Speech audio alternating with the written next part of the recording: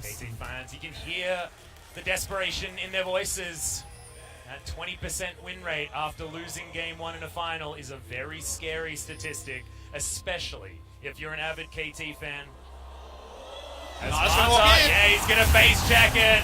Can he actually get the flash? The pole was good, and he's going to be able to get out with his life. Remember, so many flat resists from Aftershock that if you skill pole, Q, you get like 70 armor and MR and you walk out. He had to flash away, but does not go down, even though there was focus fire and an ignite on him from Griffin. Yeah. Interestingly enough, looking down the items after that little kerfuffle there in the jungle, we've got a boot start coming in from Deft. Get the extra pots, keep yourself alive. Deft has been the most creative person and player in the LCK around starting items on AD carries. Remember, he's played Corrupting Potion Xayah. He's tried many different things over the season to allow for sustain, because he picks bad matchups on purpose and believes in himself to get through them. Again, it was the Kai'Sa into Varus Morg. It's Kai'Sa versus Varus Morg again, and it's a Jhin style start. Boots 4 potions, as if we're back in Season 3 and everyone bought boots. Well, you can see Griffin already playing up in this lane, as they certainly are able to. Priority lane, which means that Zac should be able to farm his red side jungle at least very easily. Yep. Dark Binding being shown here by Lehens and being on cooldown now meant that Deft could at least easily clear that first wave. That actually may be a big deal, as that Rift Scuttle is going down incredibly fast by score. Can he get himself into the enemy jungle and challenge? But you can see already Griffin with lots of vision around all of their camps to keep Tarzan safe. Score and Tarzan have probably been our most deadly Taliyah players. Not the two I would have chosen pre-season. But Taliyah, understanding her as where I go, I can burst and force you to flash or just straight up kill you. Huge kill range, especially on patch 8.15, means if you're pathing to the right place, you're profiting because of the power level of Taliyah's dueling. That's what we grew to learn. At the start, we thought it's going to be the highly mechanical junglers, Haru, maybe you don't even try it if you're someone like Ambition or Score or older players here. But instead, it's been about what the kit provides rather than necessarily threading every vault. Yeah, well, it's definitely not an Ambition champion, but you would have thought Old Man Score, another one of those examples. Right now in the laning phase, everything very calm, very quiet. As the waves are settling themselves down, Yukao makes his way back into this lane with a slight lead. And we should piece together some of the choices here. So KT's draft is what we have learned has become the expected Urgot draft. The reason why Urgot was said to be so strong is blind pick top lane, wins every lane. Doesn't matter if you try the Vladimir like we saw over in China, whether you take a tank, he will have prior. Doesn't mean solo kill every day, not that level of winning. But the fact that you can win lane blind, already you're thinking, okay, reminds me of Jace, which is another pick that's very high tier in Korea. Then you look also at the Keystone. Unsealed Spellbook can be taken, and you don't lose any of that kill pressure. You don't need summon Airy like a Jace, or a Electrocute for another aggressive laner. You can go situational and ignite turret dive. You can do different things in team fights with that extra summoner spell. So you're getting that extra power of Unsealed Spellbook and winning, which basically means, doesn't matter how you are in a team fight, this is an amazing pick. And that's what has happened. You might say, but it's 8.15, Urgot hasn't been changed. You'd be correct on that, but it's a very specific play style for Urgot. He's another one of these champions that people just didn't play, just didn't visit for a long time. And the unique variable of this final being 3 weeks afterwards brings out the Urgot and maybe some pain upon side. Yeah, big fight here, and a victory for KT somehow. If that Void Seeker had have landed, Lehens would have been in a lot of trouble. Still has a few potions remaining. I'm 100% certain if the final was played 1 week after the semi-final, we would have had no Urgot. But because of the quirk of the scheduling, a specialist pick like Urgot was prepared, started smashing scrims, and then everyone knew that Urgot priority was sky high. It was banned every game of the Challenger final yesterday. Yeah, and also we saw it win a 15-minute game for RNG yesterday as well. Don't talk about that game. It is a filthy, Let's keep it champion. in Korea for today, Atlas. Also keep it PG as well, because that certainly wasn't that. And flowing on from that comment about the Urgot is actually the predictions for this series, because if this series was played 1 week after the semi-final, I think everyone would have been KT. I think KT, after they had taken them down 2-0, 2-1 in the regular season, without all the time to adapt, would have been the heavy favorites. But it's not just the time that Griffin's had, it's the time KT hasn't had with Score going over to Asia games, with just the quirks of the system, and the fact that they haven't played on stage for 4 weeks. Usually you get that huge lead when you win the regular season because you skip the week of Gauntlet and then you're ready to go 1 week later. now you actually had the reverse effect. It's a bit of a parabola because now it's been so long that you do worry about stage readiness with 1 month away from playing a competitive game. Yeah, exactly right. And also, KT are a momentum team. And after not playing for a month, you don't have a lot of momentum. Or will easily be able to take down this Grom. The other reason that for me, I said 54-46 in an interview with Homos, one of the Korean newspapers a few days ago. I was Griffin by yesterday, and we were talking about it earlier today. The other thing there is rewatching the semifinal, Griffin were able to correct a lot of the automatic thoughts about their playstyle. They played Ash Tom Kench, they played Varus lanes, they played for early game a lot more, and were clutch in the lane. Speaking of clutch, Yukal is looking for it. The ultimate flies down, gets the blade surge. Another auto is going to be necessary. Grabs it and survives. Yukal with the perfect flash! I was wondering if the Triumph would be enough to cancel out the turret, but it didn't even hit, so he ends up living safely. That's the thing about level 6 Aurelia. That's when she pops up. That's the thing about 17-year-old mid laners as well. You can expect explosions like this. What a solo kill from Yukal, and that's KT. Momentum back in their favor. And it's a reminder of the first 2-3 weeks of the season where post-MSI and BDD popping off, everyone thought Aurelia meta. But it didn't happen, Atlas, and now we have to recall why Aurelia left and why Aurelia is back today. Aurelia left because her laning can outplay, can skill match up. People played safe, but remember, why else is Aurelia good? She can dive immobile threats, and one of them is Zoe. That's why the 1v1 matchup has skill pressure. The other is the marksman that Aurelia makes it to mincemeat in the late game. We had no marksman. There was no one for Aurelia to dive, so the meta removed Aurelia from consideration because she didn't have multiple people to dive every team fight. The AD carries are back, so guess what? So's Aurelia. And also, Deft is moving to a different item build here as well. We're going to have a BF sword as the first item, so it looks like Stormrazor will be the option here. It's an extension of the respect. AD Kai'Sa a lot more able to fight at 1 item to fight at 2 item, lane stronger.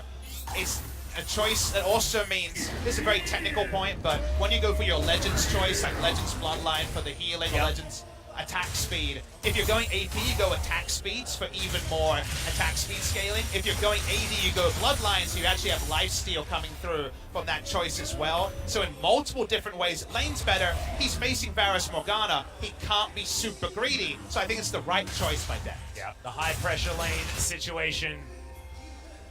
As the dust settles, it's not going to be a lead in farm for Yukal in the mid lane. Chovy's still able to farm that one out. Paddlestar's working out very well. You saw Tarzan tried his hand at finding a gank bottom side of the map, but Deft and Mata wanted nothing to do with it.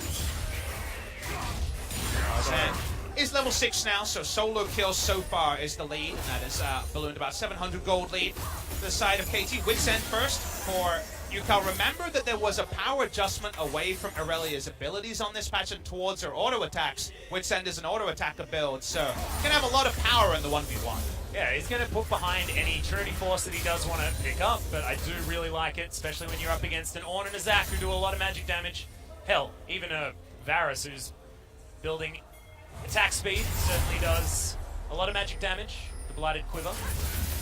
Very much Griffin are about their timing. Zoe Varus comps we've had very commonly, all about hitting the 1-2 items on the Varus, the 1 item on the Zoe, getting that Luton's Echo, and then going mid lane and starting up the siege. They also could threaten with the Zac and his engage range as well. But that's a product of vision line. That's what we know about these siege comps. If you get the control wards down and where are the flankers, no idea where Zac is, then the siege can be really strong. If all those variables are predictable, or if the game just leads to a 1-3-1, KT have the ultimate 1-3-1 comp, because Aurelia is probably the best side lane. Oh, good sidestep coming in from KT. Lehens has to flash to get out of the way of Mata. Getting a lead 2v2, one of the big ways we thought KT would open this series. A nice aggressive moment is what is usually a losing lane. But coming back to my original point, Aurelia 1-3-1, supremely powerful as we know. No one will be able to stand 1v1. Maybe Sword can farm out under a turret. Can't do any more than that. Urgot, we already said, priority in the 1v1.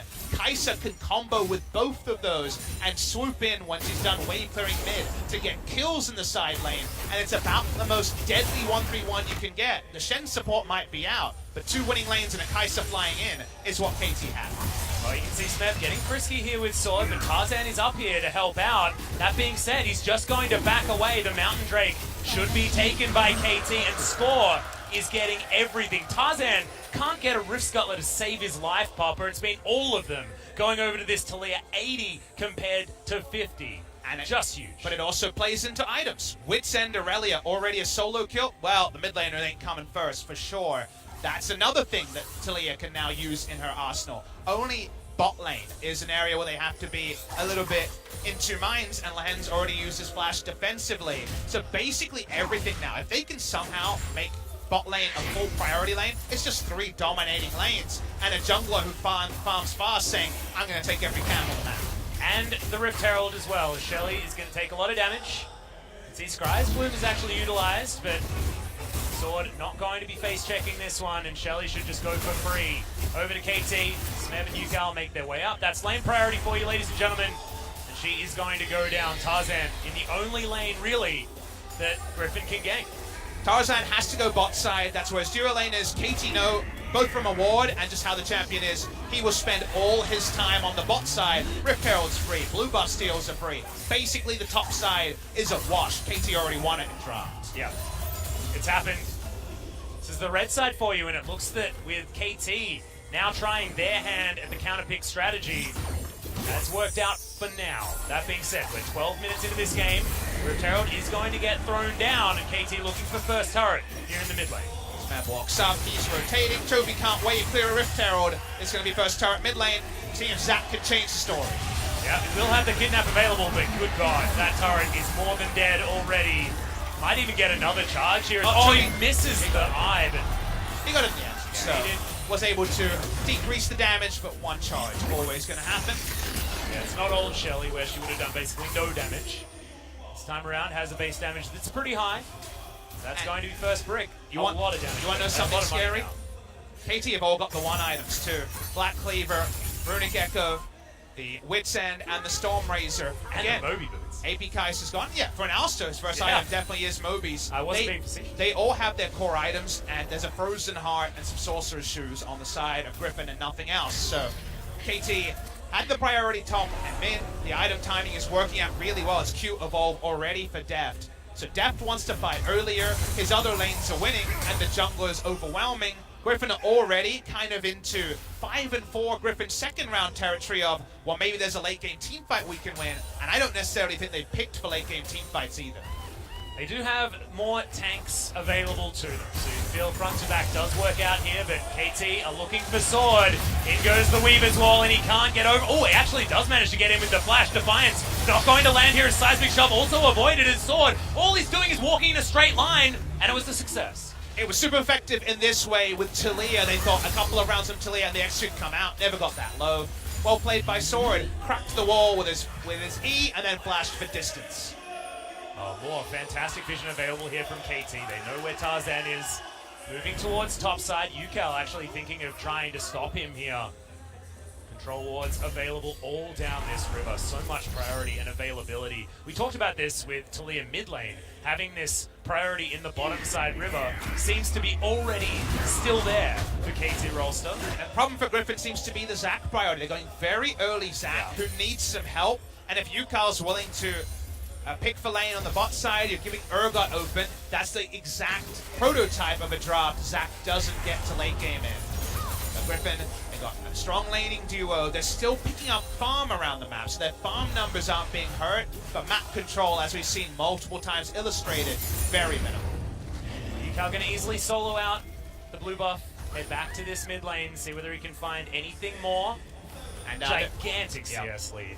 That's almost double the camps going to score. It's an obscene amount of camps to have on the side of score at 14 minutes, but also not have on the side of the Zac. It turns out if you get to them first and you clear them fast, goodbye camps. And also he's taken every single Rift Scuttler on the map so far, so that's even higher inflation than that, because some of those camps are worth more money. Just insane. I'd like to see some of the numbers that Score manages to get up to when it comes to deficits, especially around the 15 to 20 minute mark. Score continuing to look aggressively now on the bottom side. Does have to respect the Black Shield. As there's the flash to make his way in. Marza is down there. Killer Instinct from Depth, but misses a whole lot of the damage availability. Ultimate is there as now the Ornhorn comes down. In comes Sword. They pick up the first kill. KT now on the back foot as they've only got 4 members available, and Tarzan gets big time. Good defiance from Smeb, as it's a lot of damage with the passives available. Yukao joins up on the bottom side, looking for it, doesn't get it, as Viper's going to be able to take him down, and KT, can they get anything more? I don't think so. It's a great fight for Griffin once again in game 2. Yeah, able to trade in evenly. That was the big thing, Atlas. They needed an even trade with how far behind they were. And we also had one thing that we didn't discuss illustrated on screen. We mentioned what Griffin didn't have. There were a lot of things they didn't have. They could punish mistakes so well with Ornn and Zac, and it's the Ornn that really comes up trumps. Reliable engage against a team that has historically made mistakes can punish them easily. Well, worked out pretty damn well, especially Lahens with that stopwatch availability. And this timing from Tarzan also incredibly close. Not the fight that Yukao was looking for, but still able to go 1-for-1. Couldn't quite get the second kill, was one auto away from being able to make that happen.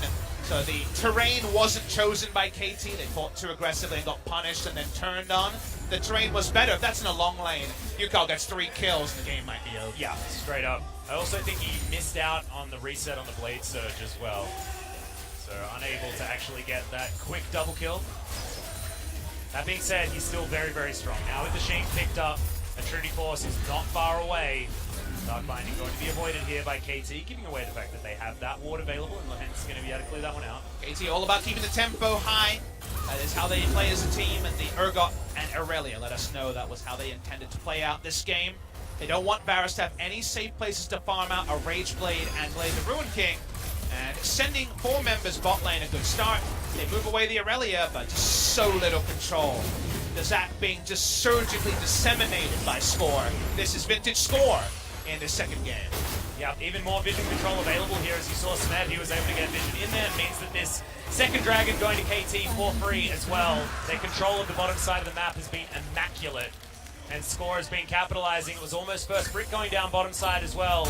As you see, under the turret have Viper and Lahens been this whole game.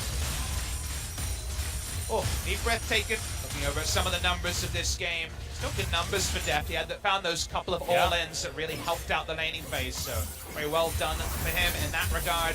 The Urgot has had priority, but hasn't really been able to put too much damage into Sword, but with a friend.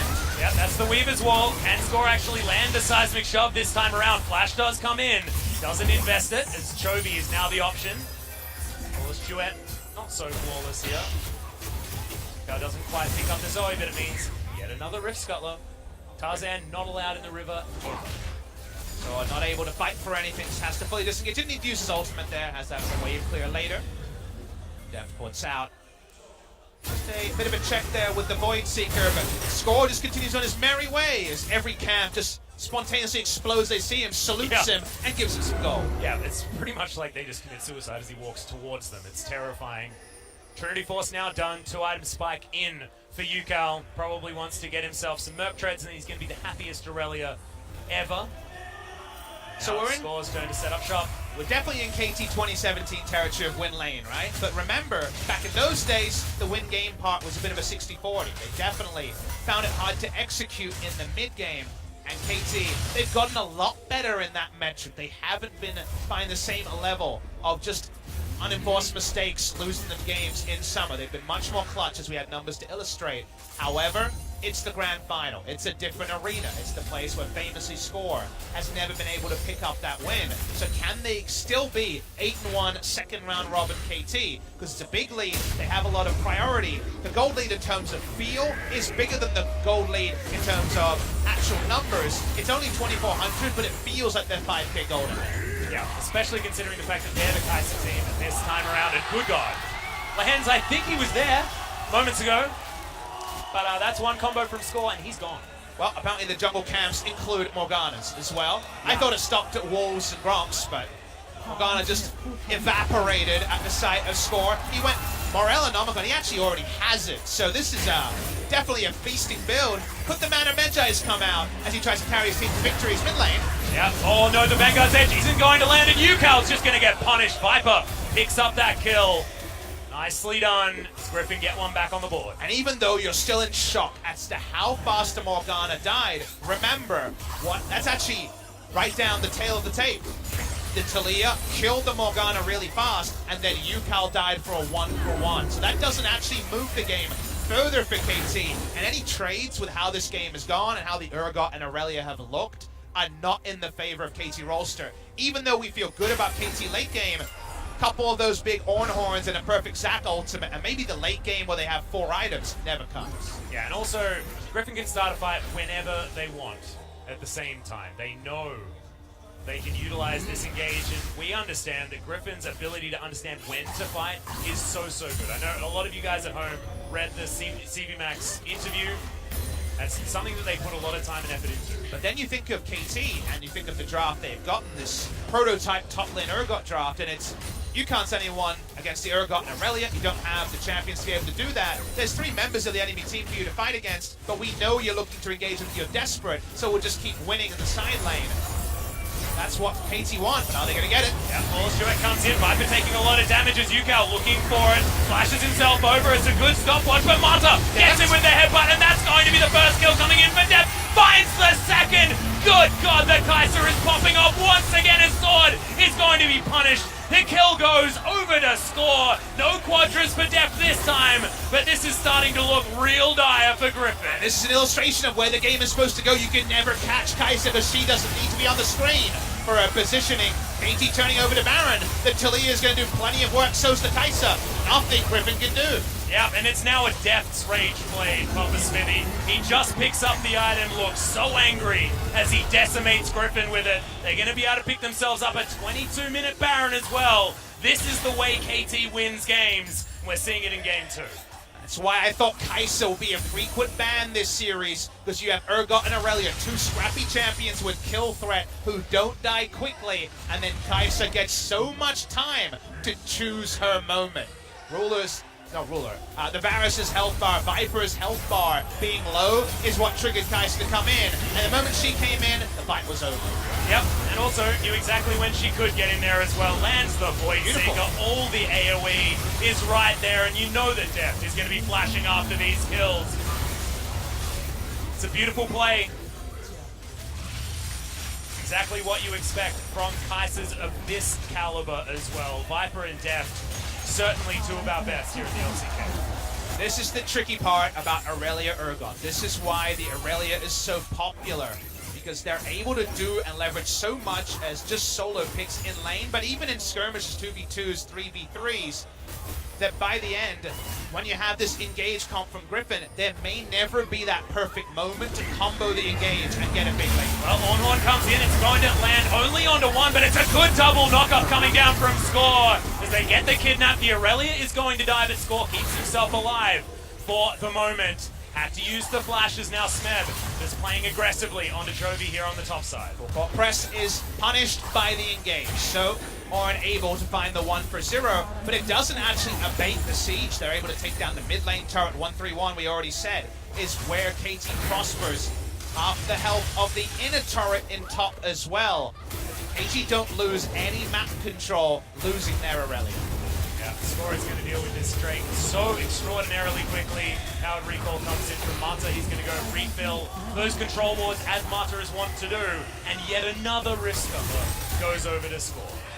Feel really blessed in our first 2 games if KT do stick the landing here. We're really showing where the meta is at in Korea. All this patch did not change, but gameplay and picks did change. This is reminiscent of things like StarCraft Brood War. They didn't patch for over 10 years. The meta stayed the same in terms of the balance level, but the meta around it, the picks around it, and the strategies did change. Yeah, and I remember we were having a conversation about this, and I remember the exact time in Brood War where that happened. It was the Terran versus Zerg matchup, if you guys do know any StarCraft. They normally know about the home. Space Marine dudes versus the alien dudes. Yep, that's certainly the matchup that I'm talking about. And there was a build that won basically 10-0 or something like that in favor of Zerg. It made them look completely bogus and broken. It was like Mutalisks were the silliest unit in the game. And then Terran just discovered how to beat it. And that's the sort of evolution that we're getting here. It's a real treat to see it because we've had this patch for so long. Urgot is discovered as a competitive first pick because of the 3 weeks. The other champions go up and down, watching other regions and scrimming regions. A lot of China versus Korea scrims have been happening, so the Urgot plenty in their gauntlet so far. Deft has just gone Banshee Veil for safety. It's definitely not the min-max damage build, but he knows he needs the Banshee, and a bit of ability power goes a long way with the Kai'Sa. Yeah, Voidseeker is going to be doing a hell of a lot of damage. Probably will go Nashor's as item number 4, because he likes this sort of Uzi style build where you have the Storm Razor, but then you build AP after that and sort of get the best of both worlds. The triple evolve style, you get a decent 1 item, 2 item power spike with the Rage Blade plus Storm Razor and Storm Razor armor. So we've seen Ultra Tank AP Kai'Sa, now we're seeing Hybrid Kai'Sa, but the 1-3-1 Urgot usage.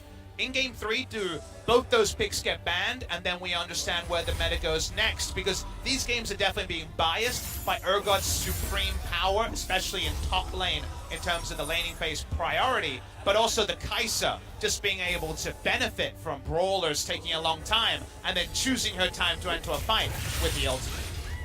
Well, you can see KT gonna get spotted by that ward there on the bottom side. They've got so much vision available here.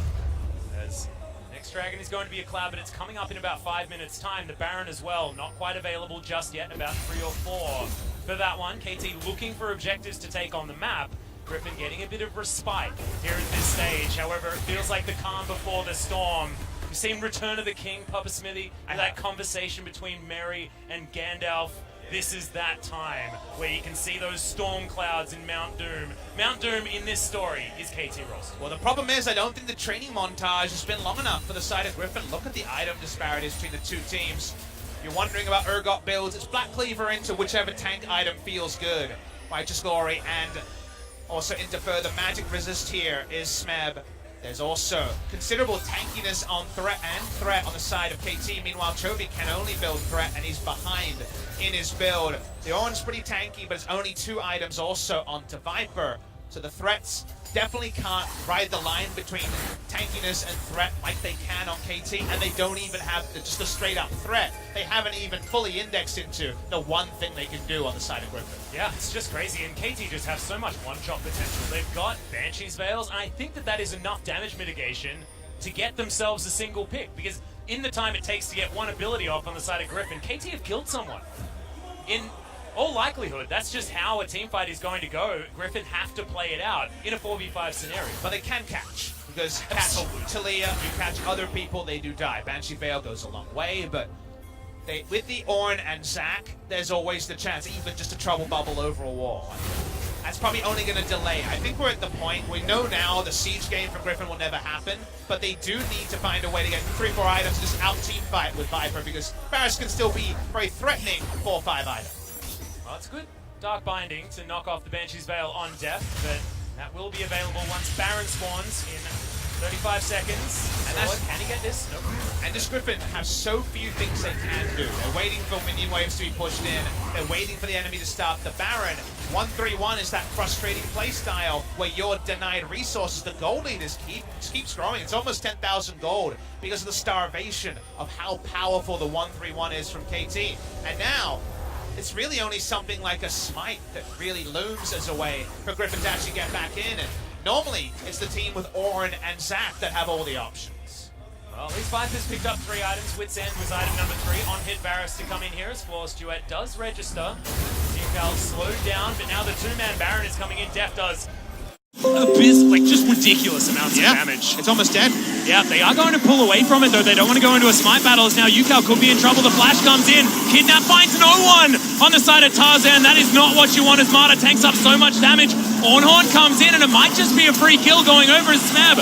Looking for more. Comes over the side as Lahens takes down Yukal, but now Deft starts off in this fight, and Score is doing so much damage to Sword. Smeb right here in this fight, but remember, Deft is still alive. The Q lands Viper. He's the first to go down as Chovy does have to be respected. Deft is able to take him down, though Tarzan falls as well. And that is going to be that KT Rolster on the back of Deft are going to win the fight. The Kai'Sa, a raid boss just like game 1. Doesn't matter if it's Viper or Deft. They're able to clean it up. No one can take down the Kai'Sa. And she just laps up all the low health bars at the end. Have a look at it again, Papa. Tarzan, it's heartbreaking to see that kidnap miss. But Griffin needed to keep fighting because we already outlined that you disengage from this and you get obliterated in the 1-3-1. They keep fighting. Smev takes a long time to get here. If he's in the fight earlier, this is a clean sweep for KT. But he doesn't actually get in the fight until later. You might think, all right, with the numbers here, maybe there's still a fight that Griffin wins. But Deft, full health, still had his ultimate up. Tarzan can't help out Chovy, and with the consistent damage from AD carry dead, the Baron is dead as well. Yeah, Supercharger in perfect timing, and KT grabbed their second Baron of the game at 30 minutes. That's almost right on the clock. They just had to win a cheeky team fight beforehand. KT poised now to take this one. 11,000 gold is the lead. And Griffin, we know they're strong in the late game, but this is going to have to take a next level miracle to win this game. Seems so hard. The Zoe is such a passenger in this game. Zoe memes were the dominant memes of summer season. One-shots and all of her ability to easily outplay the enemy. But Aurelia was the sort of champion that held her in check, then went away, Atlas. The Aurelia left. And we weren't left with matchups like this, where the Aurelia, both in skirmishes and in warping the games in 1-3-1, has meant this game hasn't been about Zoe. She has been the least influential champion on the map. Oh no, Score is feeling it, Papa. He's got a 10-stack Magi's now in his back pocket. Already efficient, remember, it's already got that movement speed. Yep, absolutely. This is a KT Rolster you do not want to be going up against. We mentioned momentum. I wonder what this means for the rest of the series. Gigantic damage. That was just the last team fight, guys. 6,000 already for Deft. Now Martel looking to try and start up this fight. If KT get a fight on their terms, that's a great thing here. But the first pull is going to come in from Sword. Throws down the Ornhorn, but KT, they just disengage. It's just going to be a continued siege. This siege minion still doing so much work, and Griffin just can't go near it. Deft has a death cap in his back pocket, so stepped away from Nashos, decides to go full AP. Choosing his moment for sure. KT, not enough threat onto them. They take down this inner turret. Still 1 minute 30 of the second Baron buff, and they want some inhibitors. Yep, 2 Banshee Veils available here as well, as that was a Hexa Flash from Mata. Throws down the ultimate now as Griffin starting to take some damage on their tanks, but thankfully their carries remain alive. KT have to be a little bit careful. Slightly rambunctious as the last auto attack from that siege minion doesn't come in. Smev, he's very low range. He's going to be able to take down this turret as the Vanguard Edge comes in just to guarantee that one. Sword gets booped back with the seismic shove and gets eaten by Smev. Finally getting some revenge against his counterpart from game 1. First inhib goes down, and KT looks like they just want to end the game. We'll not be getting a clean sweep in this best of 5. We're going late tonight. KT Rolster so far ahead. They just want some more kills, maybe some more stacks to score. Yeah, gigantic amounts of damage. Lahens evaporates. That's a second kill coming in as Chovy is just free food for Deft. It's another kill to come down for Smev as well as KT Rolster. They even it out. It's a best of 3 now, guys, for all the marbles in the LCK Final 2018. KT Rolster able to put together a blue side draft on the red side and decimate Griffin. So far, the series has been choosing one side, and that side not doing oh so well. Both teams that chose their side have lost in game number 1 and game number 2. Will Griffin be back on the red side in the next game, I wonder, or will KT just pick red side themselves? Impressive performance. The Kai'Sa was really the icing on the cake. We called it as a second round ban. Griffin disagreed. Yeah, and they got bitten for it as well. And I love that we see the adaptation, the change in flavor of the Kai'Sa pick as well. It was full AP coming in.